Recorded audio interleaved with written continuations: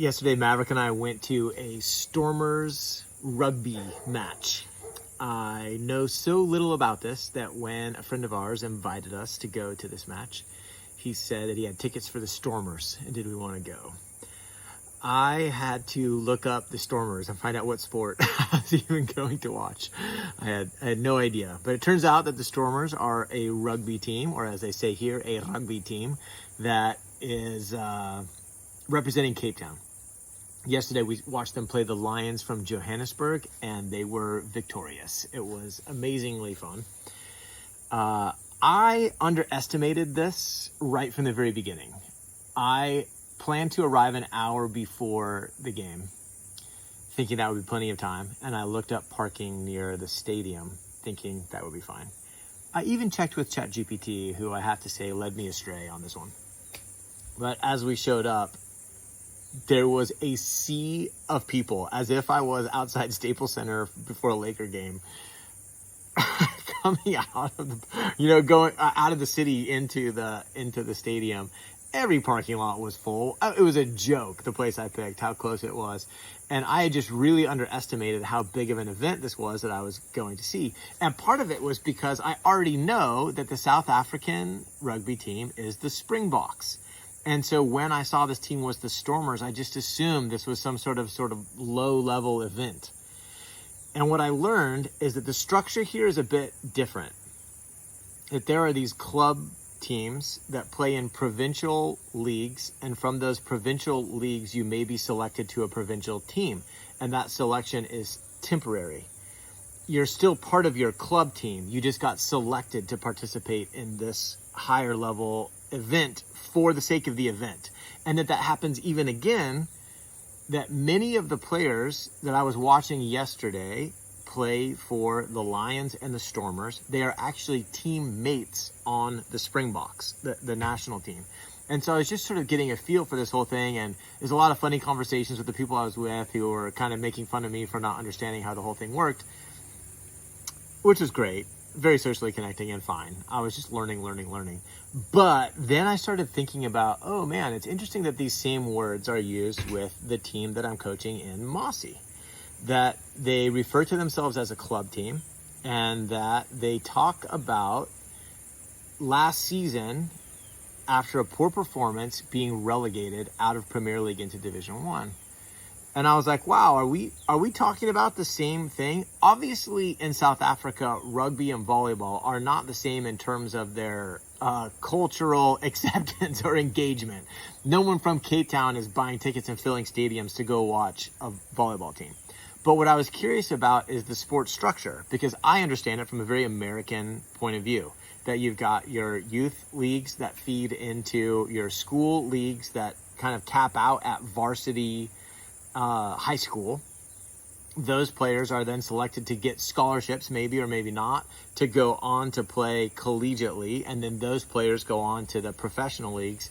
And then there's like kind of a branch of who might go play for a national team or, Olympic, different sports, different methodologies. That's how I understand it. And so this was really not making sense to me. So I started educating myself, conversations, research online, etc., to try and bridge this gap for me. And what I realized is that the team that I'm coaching in Masi is a club team, and that they are playing in a provincial league, that they go around and play these other places, and that the universities they compete against, it's not like a university team like I'm used to in America. It's a university that may have an entire team or may just have players participating on a club team. And that club team then, because of the university connection, has access to coaching, weight room, gym, medical. That in Masi, we just have our asphalt court that's a net that goes from a fence to a brick building, that it's not even full size. So just understanding what's going on and who's competing against who, it like a light bulb went off at this rugby match, that I started to understand how many of my assumptions were wrong about what was going on here, what I was involved in, who I was coaching, and what their aspirations might be. So this now opens up a great opportunity to ask some clarifying questions about my team and what my role is as a coach. But on a larger picture, I think it's a really good example of the danger of coming into a place with solutions in mind, coming in to implement a solution because you don't yet understand the problem or what's important to people. Like, this lack of understanding of values means that what you think, like what might be intelligent in your brain, is unintelligent because it's a value mismatch with the culture that you're in. We had a super interesting conversation with a woman who was explaining that oftentimes nonprofit organizations, very well-meaning, good-hearted people, come into this area, and so maybe these people even had a big like fundraising push, and they've got this, you know, this pool of money, and they come in with this energy and with these resources and solutions and ideas, and they're coming in big, and then 6 months later they're out of money, and maybe they're burnt out because they were going so hard from an energy standpoint, and even worse, sometimes because they didn't take time to understand what's actually going on around here, there are some obstacles that surprised them. One specifically that she was mentioning was that there are often like gang hierarchies that you want to make sure are kind of not against what it is that you're doing. Otherwise you end up with so much pushback that you end up either like kind of intimidated or just, you know, running into obstacles you can't get past. All that to say is that just the importance of going low and slow, it's so big. And the Lord has been telling that before we came. It's kind of like knowledge, like you'd kind of know that. But what it reminds me of is, this is a great example. When we were first taking off in our camper and traveling around the country, we used to drive Texas to California, and the choice would be, are we going to do it in 1 day or 2 days? Are we just going to blast through it? Or, you know what, we have Maverick.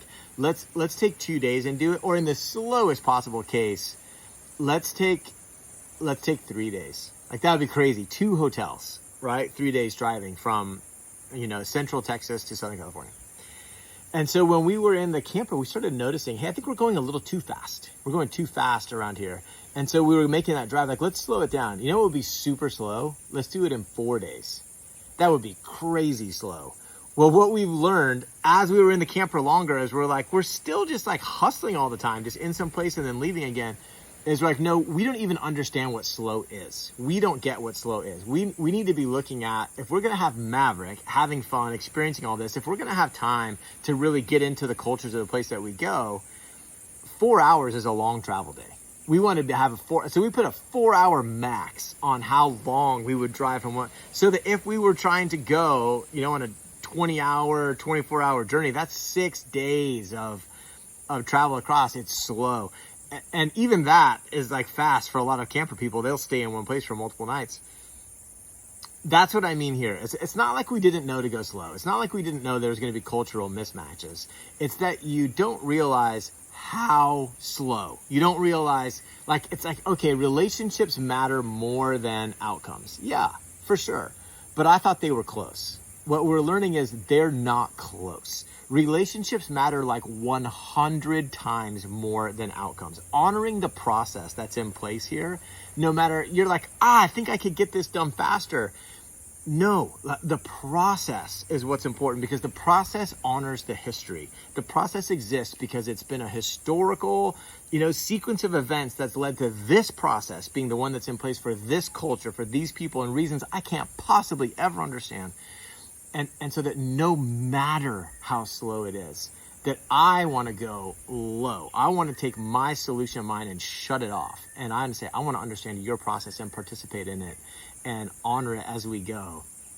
So that's been kind of the big lesson that just keeps on getting hit from every wise person that speaks into our journey here, from every conversation with the Lord, every time that the you know, scripture is speaking into our life. It's the same message. Relationship is the top priority, and everything else, including change, including like actual outcomes, is far lower than relationship is. And so I feel like I say this all the time. It fills me with gratitude when I realize that we actually have the opportunity to go slow, to be that invested in relationships, to put relationships as that high of a priority, because we're not here trying to work to raise money for rent, for Maverick School, for the food we're going to eat tonight, that we have supporters like you that are trusting us enough to lend your resources, and it buys us time. I say that so often, and I hope that it's landing. Time is the most valuable resource here, because we can stay surrendered and open to say yes to the things that you just can't say yes to when you've got a boss that's expecting you to be here at a certain time, or even a value that you've promised to a customer. It's the biggest gift, and we are grateful for you every day for providing it. It is giving us the space that, paired with the wisdom that we're receiving from the people that we're going low under and seeking their solutions, when we combine those two things, the experience we're having here, the lives we're getting to touch here, I hope that in some context and someday I'll be able to be specific, but let me just tell you, it's like jet fuel. It's like jet fuel. The things that are happening here are really way better, way faster even than I ever expected they could be. I think because we're taking the process right. So thank you so much.